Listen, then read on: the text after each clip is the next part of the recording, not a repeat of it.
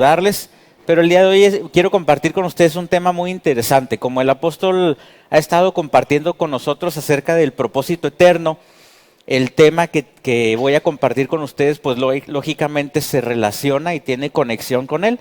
¿Por qué? Porque sabemos que el propósito eterno es el deseo amoroso del Padre de que su Hijo sea manifestado en todo y en todos, ¿verdad? Entonces, para que Cristo sea manifestado a través de la vida de cada uno de nosotros, lógicamente nosotros debemos de ceder el gobierno de nuestras vidas, debemos dejarnos ser guiados por la ley del Espíritu de vida para que ese propósito pueda manifestarse en nosotros. En realidad no es nuestro propósito, es el propósito de Él, pero actúa a través de nosotros. Hemos dicho en otras ocasiones, que ahorita no me voy a detener mucho a explicar eso, que hay un propósito individual al cual, para poderlo diferenciar un poquito, le hemos llamado a veces asignación o misión individual, que es lo que cada uno de nosotros hacemos individualmente, que si esto obviamente lo conectamos al propósito eterno, pues es la manifestación de Cristo mismo a través de nuestras vidas. Pero precisamente por el hecho de poder manifestar a Cristo y que el propósito eterno se lleve a cabo a través de nuestras vidas, pues es necesario que haya el gobierno de Dios en cada uno de nosotros. Y les voy a hablar ahorita de un proceso del cual habla la Escritura, que en alguna ocasión, ya hace mucho tiempo, pues fíjense, si ya con Esther ya vamos para 2 años, o creo que andamos por ahí de los 2 años, ¿verdad? Compartiendo, pues yo creo que ya ni se van a acordar de esto que les voy a hablar, porque esto fue antes de Esther, y es un proceso del cual nos habla la Escritura, de cómo hay una secuencia entre lo que es la rebelión, el pecado y la iniquidad. Y estos aspectos, que obviamente son aspectos negativos en la vida de nosotros, obviamente que si nosotros no establecemos un gobierno correcto en esto que estoy mencionando, pues no podemos de alguna manera estar manifestando a Cristo, sino que lo que vamos a estar manifestando pues es algo totalmente contrario a lo que es su propósito.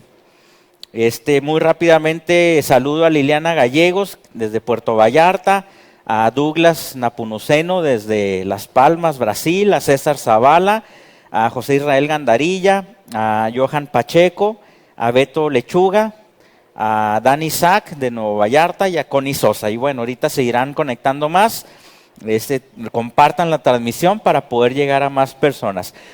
Voy a compartirles un pasaje que la mayoría de nosotros conocemos y de donde vienen de alguna manera establecidos estos tres elementos de los cuales les hablo. Este pasaje ustedes han visto algunos salmos, algunas escrituras, normalmente tienen a veces hasta un título, ¿verdad? Bueno, pues en este caso es el Salmo 32, el que voy a compartir con ustedes. Y en algunas Biblias, el título del Salmo 32 dice, la dicha del perdón. ¿Cuántos de aquí han sido perdonados por nuestro Dios? Que los demás Dios los tenga amparados, no se crean. No, pues obviamente sabemos que a través de Jesucristo hemos sido perdonados, ¿verdad? Justificados, y todo esto ha sido gracias a su misericordia y a su gracia. Pero fíjense lo que dice Salmos 32.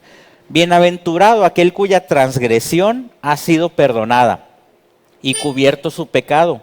Bienaventurado el hombre a quien Jehová no culpa de iniquidad. Aquí hace diferencia entre estos tres elementos. Habla de transgresión o rebeldía, pecado e iniquidad. Voy a continuar leyendo lo que dice el Salmo. Y en cuyo espíritu no hay engaño. Mientras callé, se envejecieron mis huesos. En mi gemir todo el día. Porque de día y de noche se agravó sobre mí tu mano. Se volvió mi verdor en sequedades de verano. Mi pecado te declaré y no encubrí mi iniquidad. Dije, confesaré mis transgresiones a Jehová, y tú perdonaste la maldad de mi pecado. Por esto orará a ti todo santo en el tiempo en que puedas ser hallado. Ciertamente en la inundación de muchas aguas no llegarán estas a él. Tú eres mi refugio, me guardarás de la angustia, con cánticos de liberación me rodearás, te haré entender y te enseñaré el camino en que debes andar. Sobre ti fijaré mis ojos. No seáis como el caballo o como el mulo, ahí nos hablan, ¿verdad? Sin entendimiento, que han de ser sujetados con cabestro y con freno. Porque si no, no se acercan a ti. Muchos dolores habrá para el impío, mas al que espera en Jehová le rodea la misericordia. Alegraos en Jehová y gozaos justos, y cantad con júbilo todos vosotros los rectos de corazón. Obviamente sabemos que la justificación, ya lo había mencionado ahorita, el perdón, todo esto fue hecho a través de Jesucristo y es un hecho consumado y todos estamos salvos. Antes, mientras no habíamos recibido a Cristo, dice la Escritura que éramos esclavos de la ley del pecado y de la muerte. Hoy ya no lo somos más, somos libres, somos nuevas criaturas en Cristo Jesús. Pero sabemos que el alma entra en un proceso. Todo esto es algo que sucede inmediatamente a nivel del espíritu. Pero en el alma estamos en un proceso donde, ¿habrá alguno de aquí que todavía se equivoca de vez en cuando? ¿Habrá alguno aquí que todavía de repente se le va un chismecillo? ¿Habrá alguno que de vez en cuando se le vaya alguna mentirilla? Sí. ¿Son cosas de las que creen ustedes que tengamos que arrepentirnos? Sí. No nos afectan para nuestra salvación, porque sin ninguna obra nosotros pudimos producir para poder ser salvos, ninguna obra podrá tampoco condenarnos para perder nuestra salvación, porque lo que Cristo hizo fue juzgar el pecado y lo condenó y lo eliminó de nuestras vidas. Lo que pasa es que a nivel de nuestra alma estamos en un proceso donde todavía podemos seguir cometiendo errores, pero habrá que arrepentirnos de ellos. No podemos justificar que como ya por gracia somos perdonados, como ya somos justificados, estar caminando de una manera incorrecta. ¿Por qué? Porque en primer lugar los más perjudicados seríamos nosotros mismos, definitivamente. Y obviamente habría repercusiones también a las personas que están en nuestro alrededor. Los salmos de testimonio de David encierran enseñanzas invaluables, ya que contienen revelaciones o verdades que él había experimentado en su vida. Una de las cosas que no sé si ustedes lo habían reflexionado, dice la Escritura que David era un hombre con ¿qué características? Conforme al corazón de Dios. ¿Cometía sus errores David? Diría Sabinita, muchos, ¿verdad? Pero ¿cuál era la razón por la cual Dios decía que era un hombre conforme al corazón de Dios? Porque se arrepentía de una manera genuina. Si ustedes leen muchos de sus salmos, se nota incluso el dolor de cuando él expresaba el haberse equivocado en muchas situaciones. Este salmo es uno de ellos y fue escrito después de que David es restaurado de un pecado muy serio, que fue el pecado de adulterio que cometió con Betsabé y el de homicidio del esposo de Betsabé. O sea, el cuate no nomás se quedó conforme con cometer adulterio, sino todavía dijo, pues aquí nos cargamos al muertito y pues me quedo yo con la mujer, ¿verdad? Así fue. No crean que estoy poniendo dramatismo al asunto. Y es un salmo de instrucción, ya que trajo enseñanza a su vida después de haber cometido esos errores, y obviamente Dios utiliza cualquier escritura para poder enseñarnos. Sabemos que todo lo que está en el Antiguo Testamento es tipo y figura, y muchas cosas son únicamente para poder aprender y poder entender muchos principios de Dios. El salmo empieza con una muy agradable palabra que es bienaventurado, que cuando se dice bienaventurado significa que alguien es feliz o que alguien es completo. Empieza a describir que es feliz y no se refiere al que tiene recursos ni al que le va bien en todas las cosas. Feliz es aquella persona cuya transgresión, porque de eso nos habla el pasaje, ha sido perdonada y establece un orden. Lo primero que tiene que ser perdonado es la transgresión, que puede ser traducido también como rebelión. Y ahorita vamos a entender un poquito los pasos de cada una de estas cosas.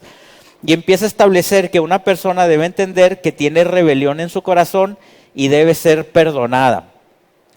Qué bueno sería, porque ahorita vamos a ver cómo va esto transcurriendo, que nomás llegáramos al punto de la transgresión. Ahorita van a entender por qué.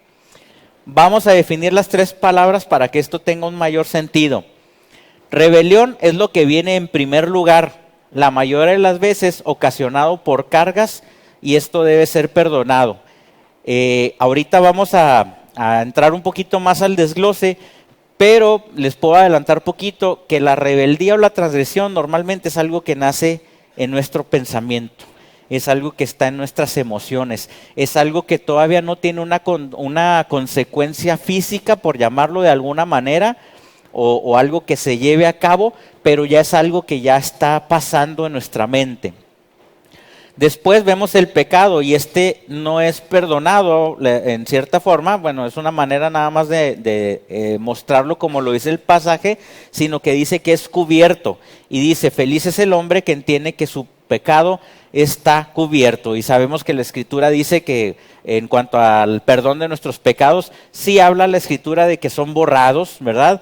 Pero también habla que Dios nos ha cubierto con su sangre totalmente, ¿verdad? Para perdón de pecados. Y feliz es el hombre que entiende que Dios no lo culpa por su iniquidad. Ahorita van a ver cómo toma todo esto sentido. Ahorita tuvimos una plática muy cortita por teléfono, ¿verdad, doctor? Ya hablábamos un poquito ahí de unos términos ahí medio científicos. Voy a hablar un poquito de eso, de la epigenética. Ahorita vamos a entender ahí un concepto medio raro. Estas tres palabras son muy importantes en nuestra vida, no solamente por lo que David experimentó, sino que en nuestras vidas generalmente no entendemos en muchas ocasiones lo que realmente es el pecado. El concepto de pecado generalmente lo tenemos concebido como algo místico, como algo de que si hacemos algo estamos cayendo en una situación espiritual, como que es algo, no sé, algo sobrenatural, dentro de un ambiente sobrenatural. Y debemos de entender que uno de los significados de pecado, que yo sé que la mayoría ya lo conocen, es ¿cuál? ¿Qué significa pecado? Errar al blanco. Quiere decir que no estamos enfocados en lo que debemos de hacer, que no estamos caminando en la dirección correcta, que no estamos siendo certeros en lo que debemos de estar haciendo, ¿sí? Por eso en alguna ocasión, y no quiero que se malinterprete, pero nada más es para poder entender un poquito más. Antes, bajo el concepto religioso y evangélico, se decía que pecado eran muchas cosas que ni siquiera lo eran, pero por un concepto, o porque probablemente para la persona que estaba al frente esas cosas le podían causar cierto problema, pues ya lo generalizaba y a todo el mundo le decía que eso era pecado, ¿no? Por ejemplo, ¿por qué creen ustedes que hacemos mucha burla y mucho chiste, ¿verdad? De que bailar pegado, ¿verdad? Que era pecado. ¿De dónde creen que nació la idea de que bailar pegado era pecado? ¿Por qué? ¿Por qué? Porque en la mente de los líderes religiosos pensaban que los jovencitos al bailar pegado, pues esto podría llevar a otras situaciones, podía haber un contacto físico y esto los podía llevar más allá. Pero era una generalización de las cosas y era el estar pensando en cosas más allá de lo que era realmente un baile, ¿me explico? Entonces, muchas veces era estar asumiendo cosas o estar pensando cosas o imaginando cosas que podrían llegar a pasar, ¿verdad?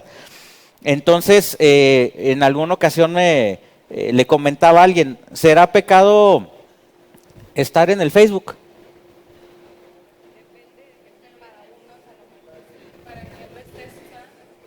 Dicen que depende para qué lo estén usando. Si pecado es cerrar al blanco, pudiera ser que una persona que se vuelve, por ejemplo, adicto al Facebook y todo el día está metido en el Facebook y deja de hacer las cosas que tiene que hacer por estar en el Facebook, podríamos decir que esa persona está errando al blanco.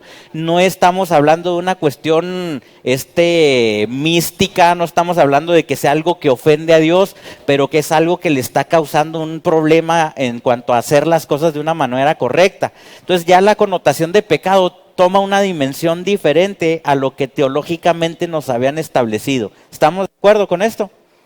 Muy bien. Pecado es errar al blanco o violar los principios de Dios. La ley de Dios es la perfección y lo que no llega a la perfección peca. ¿Quién fue el único que llegó a la perfección por méritos propios? Jesús.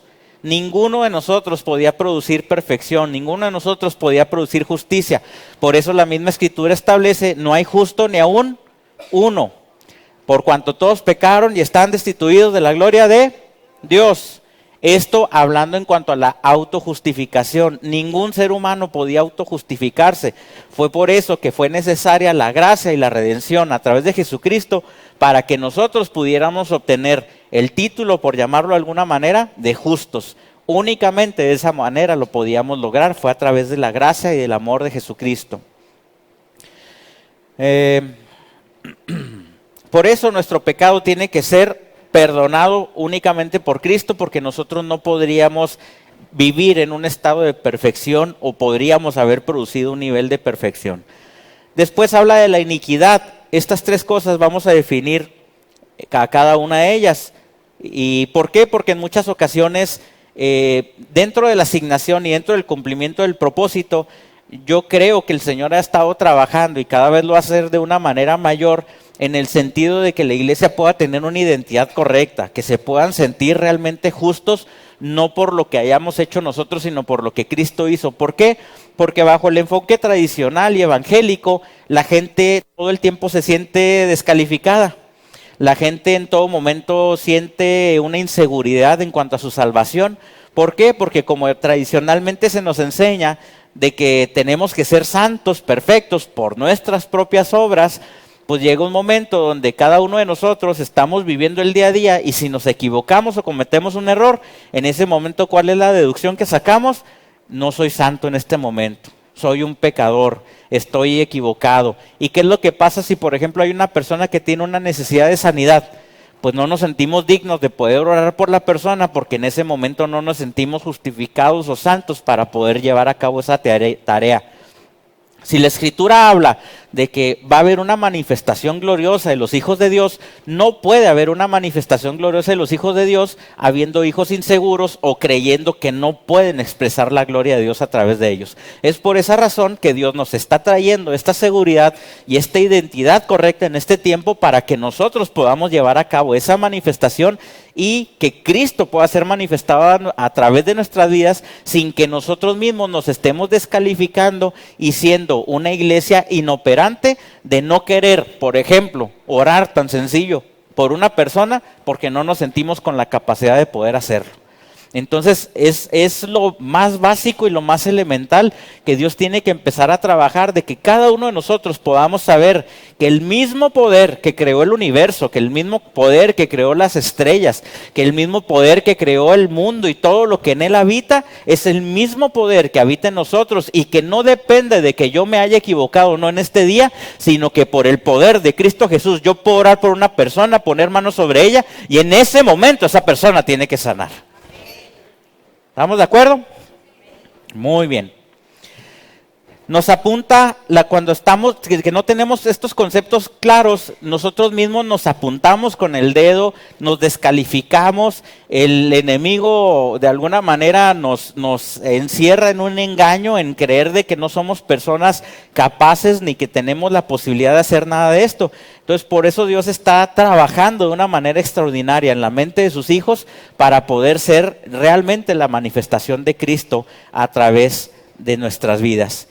El creyente que quiere hacer la voluntad de Dios, al verse acusado, dice: Señor, me siento mal. Y cuando el creyente entra en angustia, se queda paralizado y no puede creer que puede ser efectivo por esa misma descalificación que puede estar sintiendo en ese momento. Pero te lo vuelvo a decir, iglesia, cuerpo de Cristo, el poder que opera en ti no es tu poder, es el poder divino, es el poder de Dios, el que todo lo puede, el que no hay ninguna cosa que pueda estar por encima de su nombre. Dice la Escritura que a Cristo se le dio un nombre que es sobre todo nombre, y sea el nombre que sea, llámese enfermedad como se llame, sea la circunstancia que sea, toda situación se tiene que doblegar ante el poder de Jesucristo.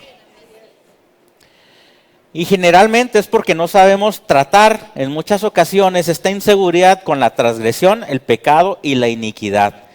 Desglosando, podemos ver que la rebelión es perdonada porque David habla primero de la rebelión. ¿Y por qué? Vamos a desglosar cómo sucedieron los hechos, por qué habla en ese orden de cómo fueron la progresión de los hechos. ¿Qué pasó con la historia de David con Betsabé y con Urías? El relato no empieza con David viendo a Betsabé en la terraza. Ahí no empieza. ¿Alguien se acuerda cómo empieza la historia? Exacto. Estaba dormido, pero porque no había ido a la guerra, ¿verdad? Sí, pero nos vamos poquito más atrás. Dejó su asignación, dejó sus funciones, exactamente. En 2 Samuel 11:1 dice: en el tiempo que salen los reyes a la guerra, que David envió a Joab y con él a sus siervos y a todo Israel y destruyeron a los amonitas y sitiaron a Rabá, pero David se quedó en Jerusalén. David se quedó en la casa aún cuando le tocaba salir a hacer guerra y mandó a Joab y a sus hombres a hacer lo que él tenía que hacer. Él actuó en rebelión. Era el tiempo que como líder de su familia y de su nación tenía que levantarse y pelear por su nación. Dejó una asignación que era lo que él tenía que hacer y incumplió de alguna manera con sus obligaciones. Yo no sé si esto les haga sentido. Probablemente algunos de ustedes puedan sentir una presión, una necesidad de ponerse de pie o tomar una posición de acuerdo a lo que Dios espera de cada uno de ustedes en su vida. Y a veces, en vez de hacerlo, como que en muchas ocasiones escapamos de ciertas cosas.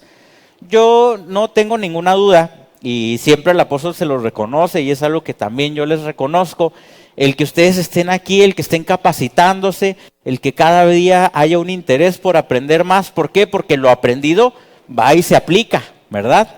Entonces es algo extraordinario que ustedes lo estén haciendo. Pero no solamente en cuanto a la enseñanza, sino en muchas cosas individualmente, a cada uno de nosotros en nuestra vida. Probablemente el Señor nos puede estar hablando de ciertos cambios, de ciertas situaciones que debemos de hacer, y en muchas ocasiones como que hacemos concha, ¿verdad? Y como que ahí vamos dejando pasar las cosas y no queremos tomar, como luego se dice, el toro por los cuernos, ¿verdad? Y asumir ciertas responsabilidades o asumir un mayor compromiso con ciertas cosas o empezar a hacer ciertos cambios en nuestra vida, y de alguna manera nos escapamos de esas situaciones. Y por cuanto no hizo lo que Dios esperaba de él, refiriéndonos a David, se pone en una posición peligrosa. Fíjense bien, en ese momento David todavía no había pecado, había tomado una mala decisión, había incumplido en parte de lo que eran sus obligaciones, pero hasta ese momento todavía no había algo que se hubiera llevado a cabo. Y cuando se quedó en casa, sale a la terraza y ve a una mujer hermosa. Como pueden ver, la rebelión viene antes del pecado. No estoy generalizando, pero normalmente así es. Casi siempre, por ahí hay hasta un dicho mexicano, bueno, no sé si sea mexicano, ¿no? Pero ¿qué dice? La ociosidad es la madre de todos los vicios y pecados. En muchas ocasiones, por dejar de estar haciendo las cosas que tenemos que hacer, la mente empieza a irse a otros lados, empezamos a pensar en otras cosas, empezamos a hacer otras cosas que no nos corresponden, y en muchas ocasiones nos empezamos a involucrar en cosas que no nos teníamos que haber involucrado. El creyente que entiende estas cosas, cuando empieza a sentir rebelión en su corazón, puede ver una luz roja de alarma y puede decir: si yo sigo con estos pensamientos y actuando así, esto me va a llevar a cometer algún pecado, o me va a llevar a algo más allá de que solamente sea un pensamiento. El problema es de que por eso también es tan importante el poder llevar una vida espiritual activa, porque cuando nosotros estamos activos espiritualmente, miren, no me van a decir que a muchos no les ha pasado. Cuando estamos bien metidos en las cosas de Dios, que estamos alimentándonos continuamente, que estamos sirviendo y haciendo todo lo que corresponde, normalmente nuestra vida está mucho más fuerte, aún hablando a nivel del alma, y normalmente nuestra alma está sujeta, ¿sí? Pero nomás nos empezamos a dar ciertos permisitos y nos empezamos a alejar, dejamos de venir a las reuniones y cada vez empieza a haber más permisitos, más cosas, y ay, ¿qué tiene? Al cabo no pasa nada, y ay, pues mis amigos pues me están invitando, y que aquí, que allá, y cuando menos pensamos ya andamos pero bien metidos en un chorro de cosas, ¿verdad? Créanos que esto es algo que lo tenemos muy visto. Pastora, ¿lo ha visto usted a lo largo de su vida? De gente que se aleja de la iglesia y luego empiezan a vivir cosas desagradables. Por eso en muchas ocasiones nosotros insistimos tanto en que la gente se congregue y todo, y lo vuelvo a repetir, no es por molestar, no es por situaciones de ningún tipo, es porque nosotros hemos visto somos testigos de que generalmente la gente cuando se aleja de las cosas de Dios empiezan a vivir cosas desagradables en su vida.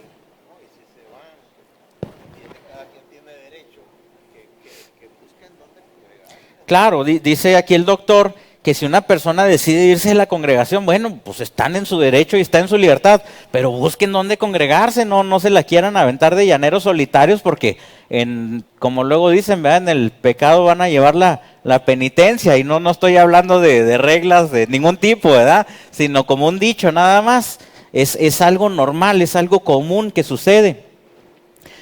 Fíjense ustedes, Adán y Eva no se rebelaron al comer la fruta, se rebelaron al querer tener el mismo nivel de autoridad de Dios y querer saber lo que era bueno y lo que era malo. Ellos tenían una vida exuberante, tenían una vida completa, no les hacía falta absolutamente nada. Pero Dios les dijo que no hicieran eso. ¿Y qué fue lo que vino a hacer la serpiente? Es que Dios no quiere que coman de esto porque si comen van a ser como Dios. O sea, les dijo que iban a poder saber cosas que antes no sabían y que solamente Dios las sabía. ¿Qué fue lo que pasó? Tuvieron curiosidad y quisieron subirse a un nivel que no les correspondía o quisieron experimentar cosas que no les correspondían. Entonces desafiaron abiertamente la autoridad y el gobierno de Dios en sus vidas. Entonces había ya una rebelión gestándose en su mente. El hombre quiso experimentar algo que Dios le había instruido que no hiciera, y cuando lo consideró es como si hubiera dicho: yo no confío en Dios, yo no quiero que Dios defina lo que es bueno y lo malo que yo quiero vivir en mi vida. Cuando nosotros desafiamos con nuestra vida el querer hacer las cosas de una manera diferente a la forma en la que Dios nos dice, es como si nosotros mismos estuviéramos desafiando a Dios. Y como diciendo: Dios, tú no tienes la razón, yo voy a hacer las cosas como a mí me parece, yo sé de qué manera me las gasto, como luego dirían por ahí, yo voy a hacer las cosas como yo quiero hacerlas. Yo sé que normalmente no nos ponemos a tener ese monólogo cada uno de nosotros, ¿verdad? Pero si somos realistas, es como si lo estuviéramos diciendo o como si se lo estuviéramos diciendo a Dios. ¿Cuántos de nosotros hemos tratado de definir lo que está bien o está mal? Y cuando hacemos eso entramos en una rebelión.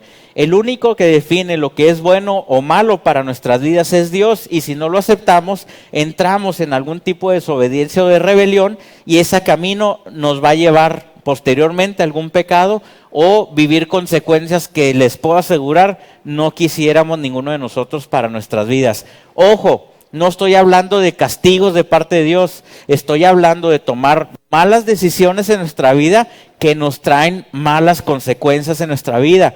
Ahorita voy a hablar de algunos puntos importantes que tradicionalmente nos han enseñado que Dios nos castiga, que Dios nos manda incluso situaciones por generaciones. Ahorita no me quiero adelantar, pero ahorita vamos a ver algunos aspectos de eso. Su rebelión lo puso en la terraza a David. El no estar en su lugar de asignación, el no haber cumplido con lo que tenía que hacer, lo puso en ese lugar, y ahí se presentó la ocasión de pecado. La ocasión de pecado se llamaba Betsabé, tenía nombre. Si él hubiera estado haciendo lo correcto o hubiera estado en su lugar de asignación, el pecado no se le hubiera presentado. ¿Estamos de acuerdo? Allá le hubieran, en vez de tentaciones, nomás le hubieran llovido flechazos y espadazos y no sé qué tantas cosas, ¿verdad? Pero no lo que le sucedió ahí. La rebelión lo llevó a la terraza. ¿Quién sabe cuál sea la terraza de cada uno de ustedes o las terrazas que puedan estar viviendo, se puedan presentar en su vida? Hay quienes pueden estar mucho tiempo en la terraza sin consumar necesariamente algún pecado y creen que pueden dominar el pecado, pero también hay otro dicho que dice: el que juega con fuego se quema. Así es que es un dicho medio mexicano, medio vulgar, ¿verdad? Pero no le anden haciendo al Mickey. No se hagan los machitos, ni se hagan los muy, ni que las pueden de todas. Porque el que anda jugando con fuego, tarde o temprano se quema. El pecado no se domina. Si hubiera aquí una víbora de cascabel, por ejemplo, yo no sé ustedes, pero yo le tengo pavor a las víboras. Yo no me quedo aquí, yo salgo corriendo. Porque con una víbora de cascabel, pues no vamos a andar jugando.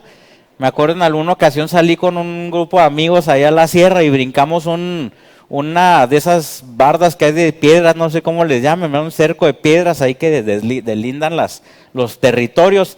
Y en cuanto caí, que oigo el cascabel, no hombre, pues hagan de cuenta que como si un resorte, ¿verdad? Me devolví para el otro lado luego del cerco, ¿verdad? Porque pues el miedo no anda en burro, como luego dicen, ¿verdad? Con desconocimiento también de los animalitos. En otra ocasión andábamos en una cabaña de un tío allá en la sierra y vemos una víbora y pues con lo poco que tiene uno de cultura del campo, ¿verdad? Yo había visto víboras así de colores muy llamativos y yo sabía que esas se les llamaban coralillos, pues vi una más o menos con esas características y patitas, ¿para qué las quiero? Miren, hasta el tapón salió volando. Patitas, ¿para qué las quiero? Salí corriendo. Iba con dos muchachitos ahí del poblado, pues yo volteo y no, los chamaquitos ahí agarrando la pedrada, ¿verdad? La víbora ahí la traían agarrada y todo. Pues no, pues era una víbora casera, ¿verdad? No era una víbora coralillo. A lo mejor si era coralillo, acuérdate que fue la que mató al ojo de vidrio. Dice mi papá que probablemente sí era una coralillo porque una coralillo fue la que mató al ojo de vidrio, dice. Bueno, ¿qué tal con la cultura popular acá del doctor? Bueno, pues sí, incluso otra anécdota, me acuerdo que estaba en alguna ocasión dormido y pues les digo que yo las víboras les tengo así cierto miedito y no sé qué pasó, pero estaban pasando por encima de mí, no sé si fue Karime o Stacy y estaban pasando un vaso de agua, pues en ese mismo momento yo estaba soñando con una víbora y yo creo que sentí un movimiento por encima de mí, yo no sé, hombre, pues pegué un brinco, aventé el vaso y ya sabrán, ¿verdad? Me puse un empapón bárbaro ahí con el vaso de agua que derramé, pero bueno.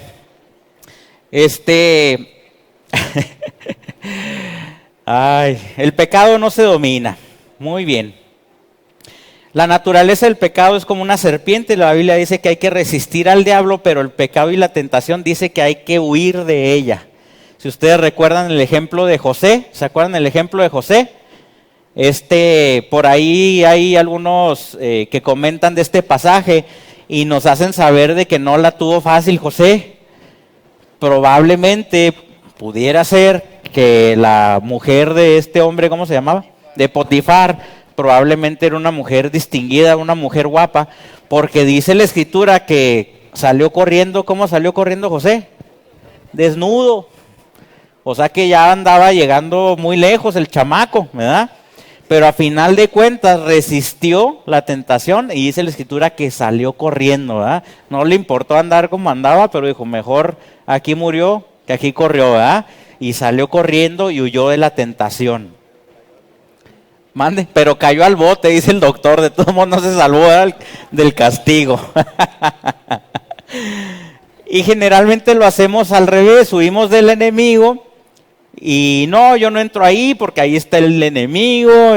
Mire, el enemigo está derrotado, está exhibido. Dice la escritura que ha sido puesto por debajo de nuestros pies. Así es que usted no le tenga miedo al enemigo. Nosotros tenemos el poder y la autoridad y el nombre que está por encima de todo nombre, que es Cristo en nosotros, ¿verdad?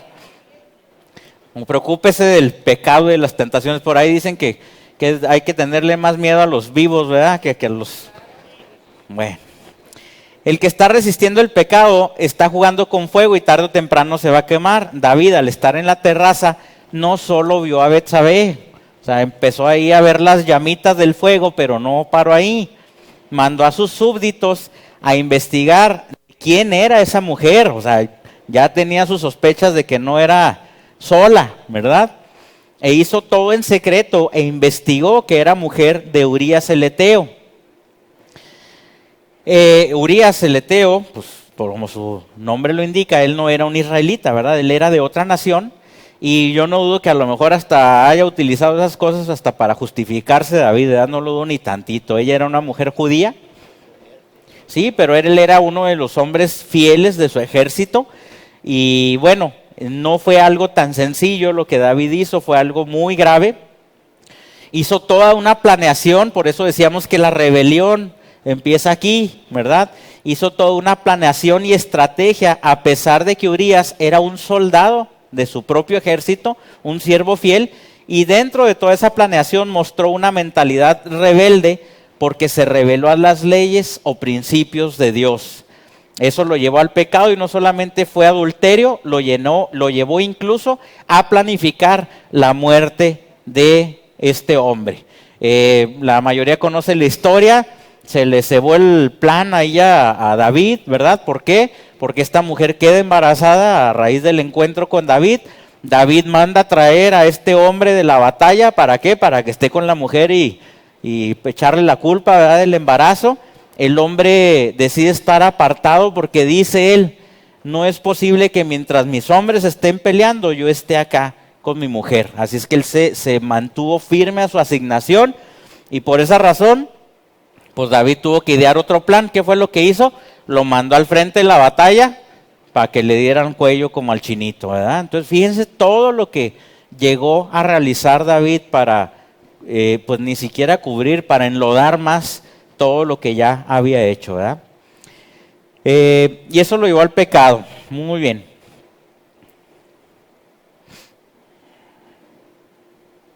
A ver.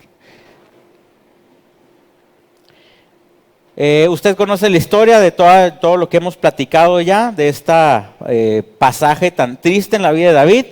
Incluso utilizó la ley para justificar su rebelión y pecado. Probablemente algunos de ustedes se hayan visto tentados en algunas ocasiones a tomar decisiones o enfrentar alguna tentación y la cabeza te va a poder empezar a dar vueltas. En muchas ocasiones cuando estás pensando en cometer algo que tú sabes que no es correcto, en muchas ocasiones tu mente ya te está dando salidas, tu mente ya te está dando de dar alguna justificación, te está diciendo, es que puedes decir esto, puedes decir lo otro. Son señales que cada uno de nosotros deberíamos de identificar inmediatamente. Un hijo maduro, estamos hablando de cumplir con el propósito de Dios en nuestras vidas. No podemos permitirnos el poder estar haciendo en nuestra mente historias que justifiquen situaciones que sean incorrectas en nuestra vida. ¿Estamos de acuerdo? Muy bien.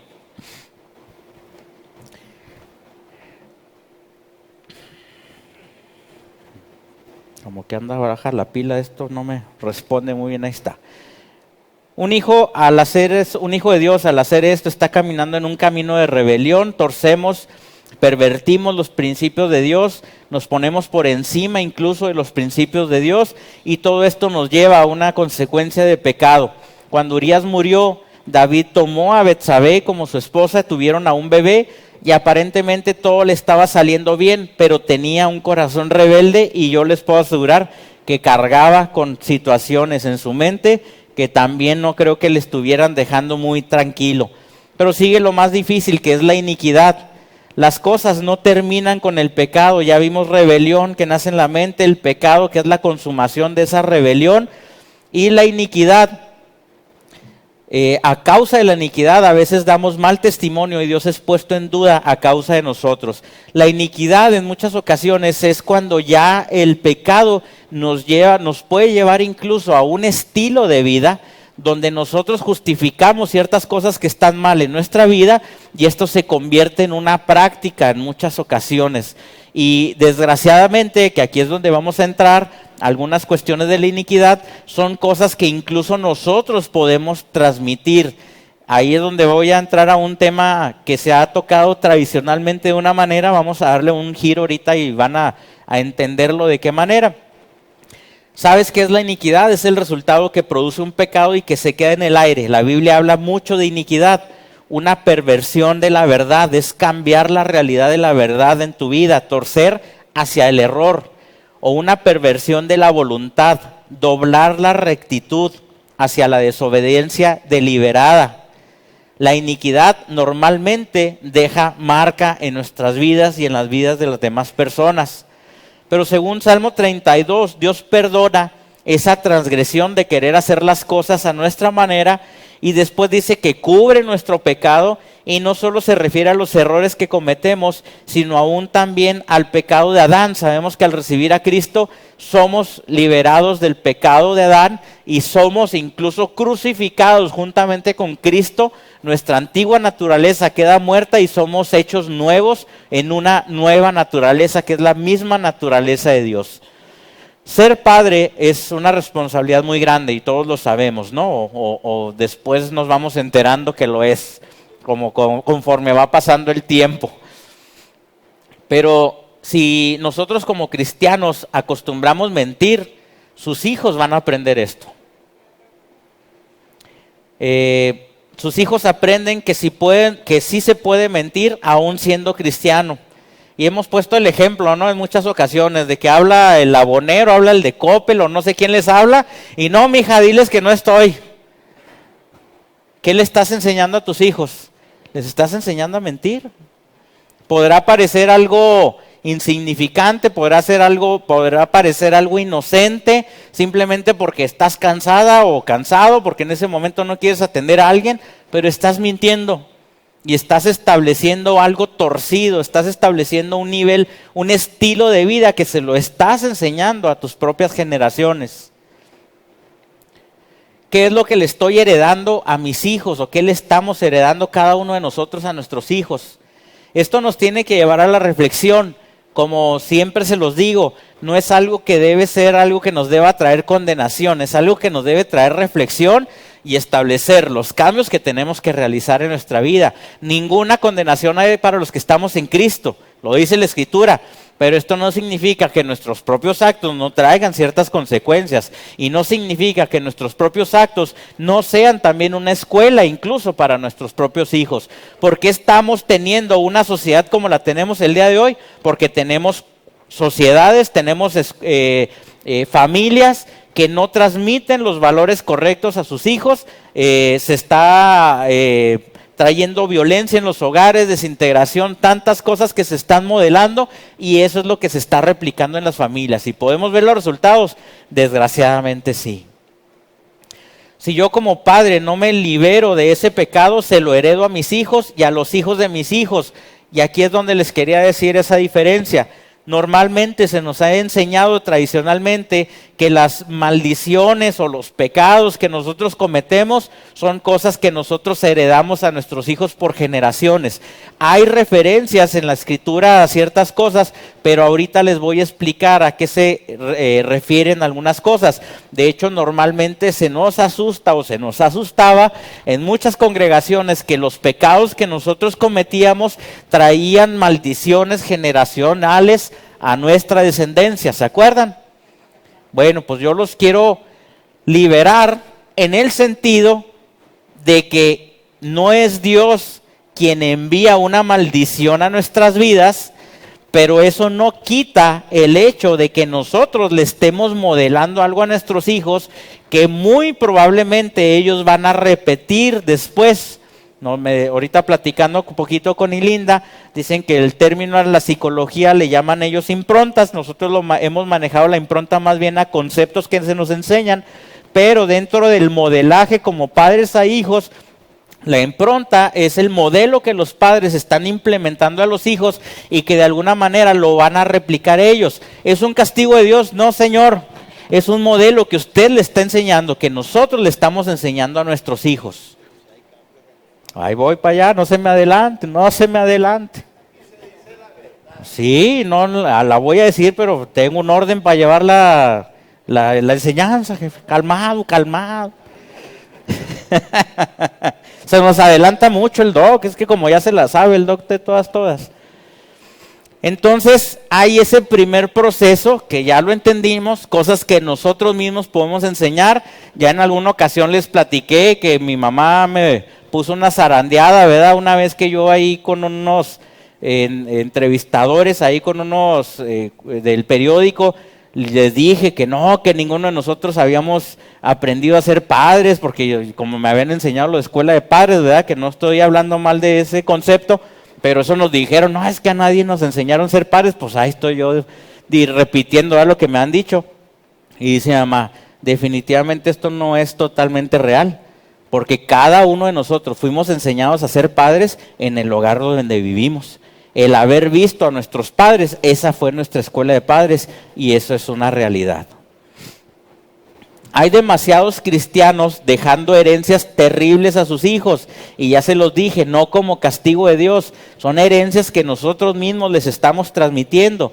Es por eso que necesitamos liberarnos de la iniquidad, de quitar esas cosas torcidas que puedan haber, esas distorsiones del propósito de Dios, de los diseños de Dios en nuestra vida, para no generar esa confusión ni ese estado corrupto de cómo es el diseño de Dios en la vida de cada uno de nosotros. Lo peor de todo es que cuando esas iniquidades no aparecen en los hijos, no nos estamos salvando por completo. A veces vienen más adelantito, también con los nietos, y ahorita por ahí me voy a ir a donde decía el doctor, nomás ya casi llego a ese punto. En realidad era lo que nos había separado de Dios. El pecado, ya lo dijimos, está cubierto, es algo solucionado. Si seguimos con actitudes incorrectas en nuestra vida, dejando actuar en forma de iniquidad esas conductas, nosotros las vamos a ver replicadas y repetidas en nuestras generaciones.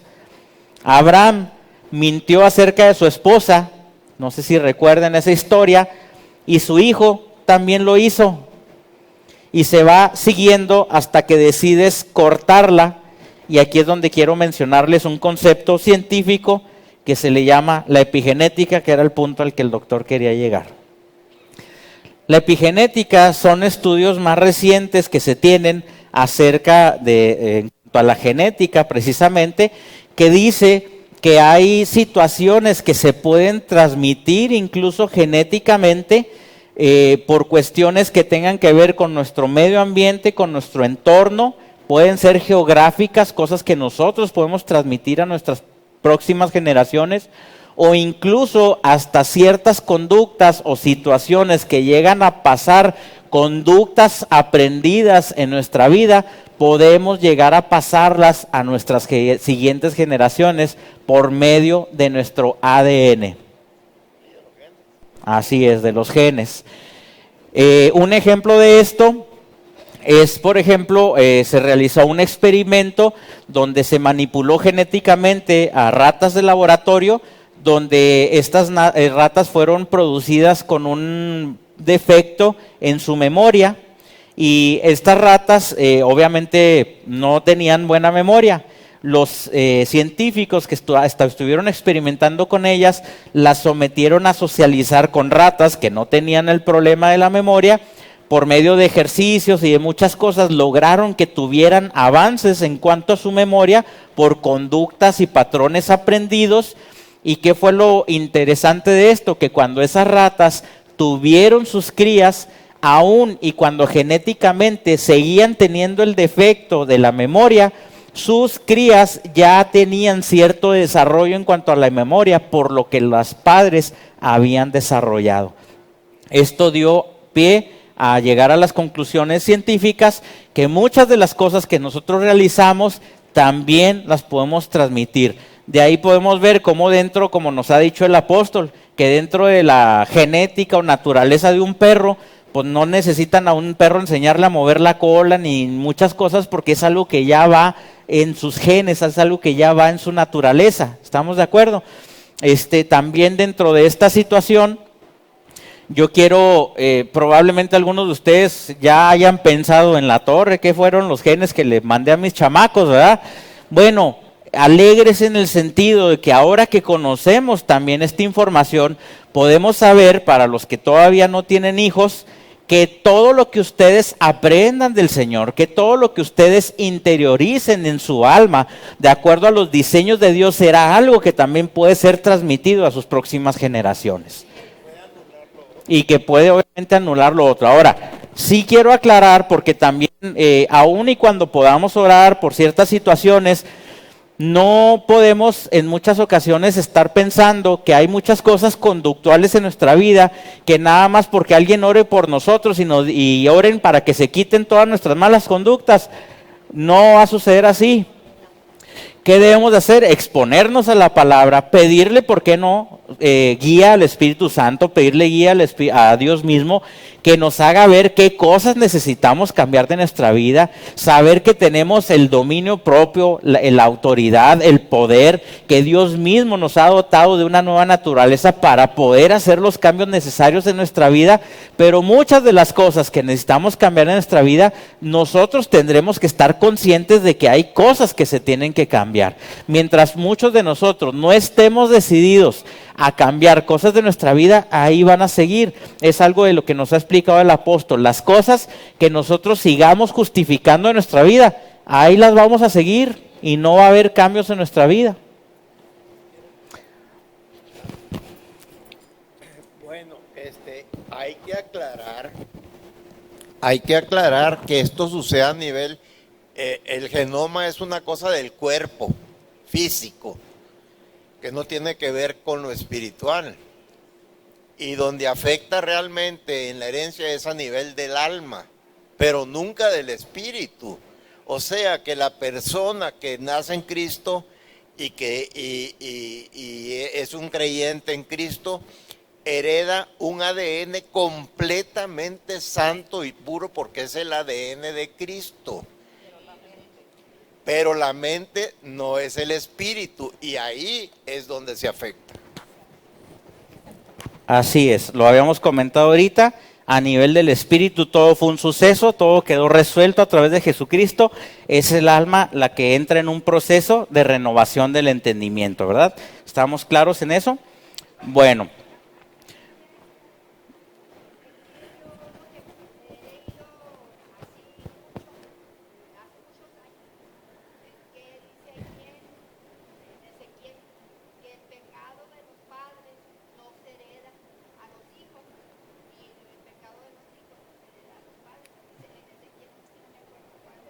Sí, así es.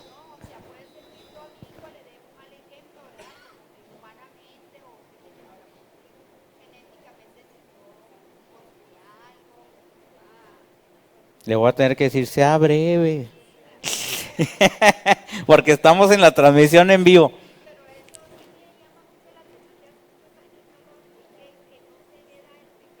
Así es, el pecado no se hereda, los padres no son culpables de los pecados de los hijos, ni nada de esto, ¿verdad? Y ya dijimos que esto es una cuestión la conductual, estamos hablando ahorita de un proceso a nivel del alma y son cosas que tienen que estar resueltas, ¿verdad? Ya dijimos que en el espíritu fuimos perdonados, justificados, acuérdense que fue con lo primerito que empezamos esta plática, ¿verdad? Todo de lo que estamos hablando son procesos a nivel del alma, ¿sí?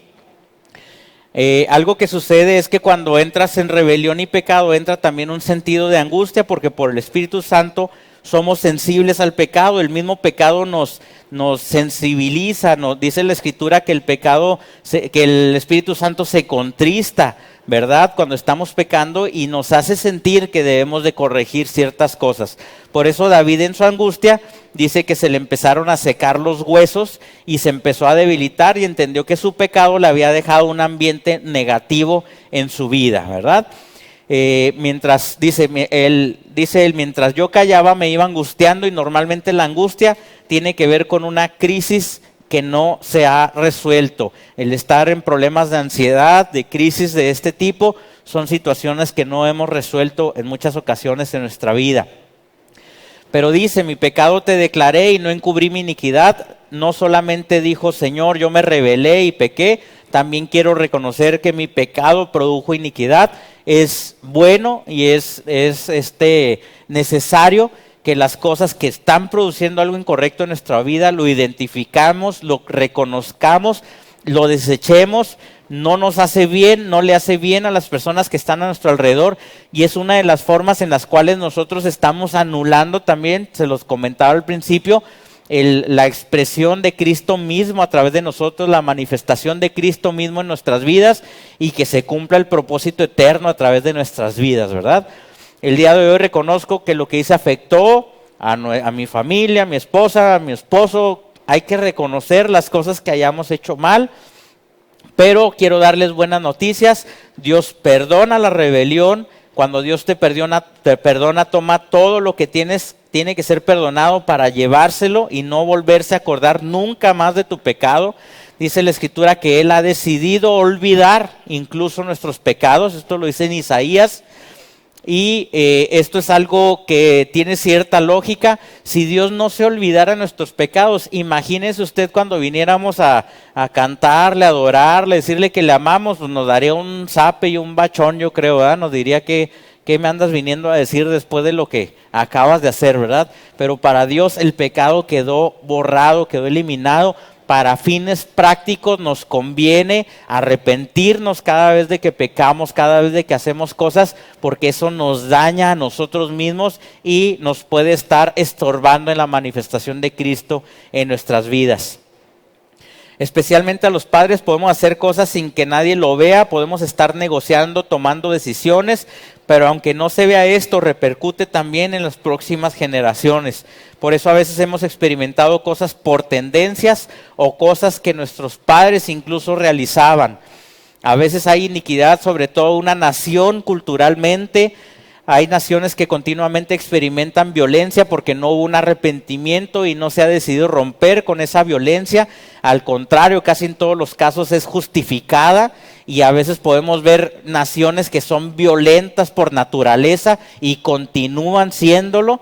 Vimos una noticia terrible, ¿verdad?, de un líder de una religión musulmana, no sé qué, ¿verdad?, diciendo que a la mujer se le puede golpear nada más sin llegar a quebrarle los huesos, ¿verdad?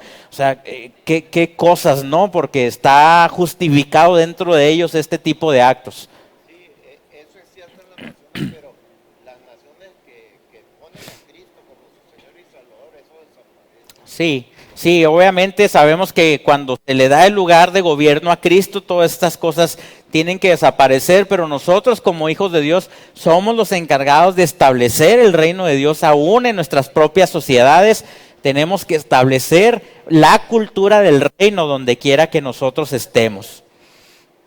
Y por eso, bueno, pues hay cosas que quisiera seguir comentando. El tiempo se nos ha acabado, pero yo quiero decirles que todo esto es algo que el Señor ya son obras consumadas en nosotros. Hay que entender que estas cosas no deben ni pueden tener gobierno en nuestras vidas, que nosotros tenemos que asumir el gobierno de Dios, el gobierno de la ley del Espíritu de vida en nuestras vidas, que no podemos estar jugando a los dos lados, de estar haciendo cosas cuando me conviene de cierta forma y en otras ocasiones sí ser hijo de Dios. Hay que ser decididos, hay que ser caminando conforme al propósito de Dios.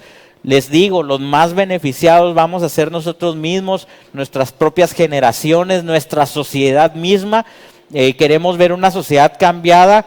Empecemos como hijos de Dios a mostrar el cambio que Dios trae a la vida de las personas para que las demás personas realmente puedan anhelar la vida de Dios en sus vidas. Entonces seamos agentes de cambio en un mundo descompuesto, en un mundo donde los valores están hechos garras.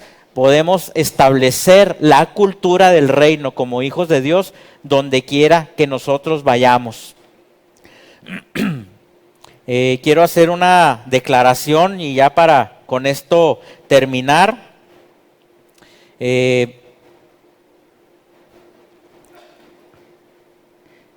Quiero determinar y ponerme de acuerdo de ustedes, declarar, ¿qué les parece si declaramos de que queremos caminar de acuerdo a Dios? Porque sus ojos siempre están sobre nosotros, no es por mí, es para que su propósito se cumpla.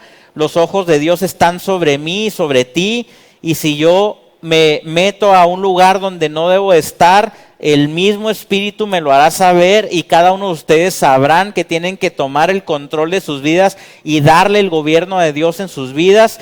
No queramos meter a Dios en lugares que no le corresponde por querer nosotros estar ahí. El Espíritu Santo va contigo a todo lugar, por eso quien entiende esto y sabe que el Señor mismo está con nosotros de continuo, ni siquiera querrás estar en lugares que no te corresponden. No seamos como caballos o mulas sin entendimiento que hay que apretar para ponerles frenos. Hay que estar conscientes que el Señor tiene el control de nuestras vidas siempre y cuando nosotros le dejemos el gobierno a Él de nuestras vidas. Su misericordia y su amor está en nosotros en todo momento. Él nos cubre con sus alas de amor, nos protege, estamos en un lugar seguro en Él y debemos de estar completos en todo momento, caminando en cuanto a su propósito. Más bien acérquense a Él, porque sin Él no podemos pasar las situaciones. Sabemos que Él está en nosotros, pero es como si muchas veces en nuestra alma quisiéramos alejarnos de Dios. Nosotros somos inseparables de Dios, pero en nuestras acciones en ocasiones es como si decidiéramos caminar fuera de sus diseños. Decidamos el día de hoy caminar de acuerdo a su propósito, caminar de acuerdo a su gobierno, y yo les puedo asegurar que la gloria de Dios será manifestada a través de cada uno de ustedes. David terminó alegre porque él pudo entender que fue perdonado, que fue liberado de toda situación que pudo él haber cometido, de todo error. Ninguno de nuestros pecados y nuestras rebeliones tienen gobierno sobre nuestras vidas. El gobierno de nuestras vidas lo tiene Cristo, porque Él se ha hecho uno con nosotros, y todas nuestras rebeliones y nuestros pecados fueron llevados a la cruz del Calvario y fueron perdonados. Él borra nuestros pecados de los libros, de las actas de decretos que estaban en nuestra conta. Todo eso ha sido derribado, el acta de decretos fue clavada en la cruz y ninguna condenación hay para los que estamos en Cristo. A través de la sangre de Cristo hemos sido limpiados de todos nuestros pecados. No hay acusación ni condenación para aquellos que estamos en Cristo, pero debemos de entender que nuestros pecados tienen repercusiones en nuestras vidas y en las vidas de los demás. Tomemos la responsabilidad de caminar de acuerdo a los diseños de Dios. Debemos de dejar querer salirnos siempre con la nuestra, dejar de ser rebeldes, reconocer cuando pecamos y no volverlo a hacer. Aunque sabemos que nuestro pecado ha sido ya cubierto, ha dejado a veces iniquidad en nuestras vidas y debemos decidir terminar con todo estilo de vida que no corresponda a la vida de Cristo. Por eso en este día piensa que en esa área o debilidad que pueda haber en tu vida, debes de quedar totalmente libre y deshacerte de toda situación que pueda estar causando daño en tu vida.